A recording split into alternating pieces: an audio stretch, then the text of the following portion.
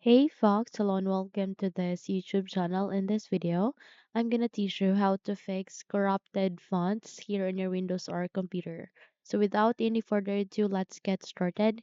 The very first step that you can do is you need to press Windows and R key together to open this small window called Run. Again, press Windows key and R key together so that you'd be able to open this window.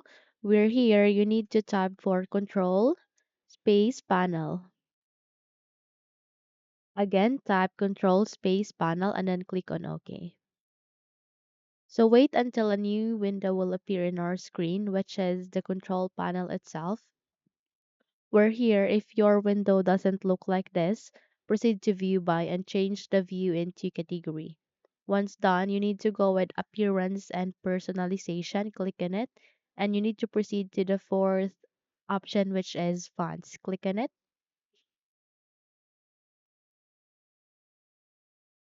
The moment you've click on it, you'd be able to see a section where you can see a list of fonts. Where here, you need to proceed on the left side of it, where you can see an option called Font Settings. Click on it once again.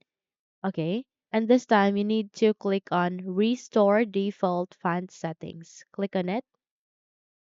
The moment you have click on it, okay. So just have to close this window and you need to restart your computer. Once you have restarted it, check if your problem has been fixed. Okay? But let's say if it doesn't, then we need to move on to our second method. Okay? Our second method will be we need to open a text document. Okay? How you can do that? At the desktop screen, please do a right click, go with new, and go with text document to create such. Okay, so here in the text document you need to create a new text document and you need to copy this text in the description box below. Okay, so just have to copy all of this, please. Okay, and paste it here at the new text document. Control V to paste.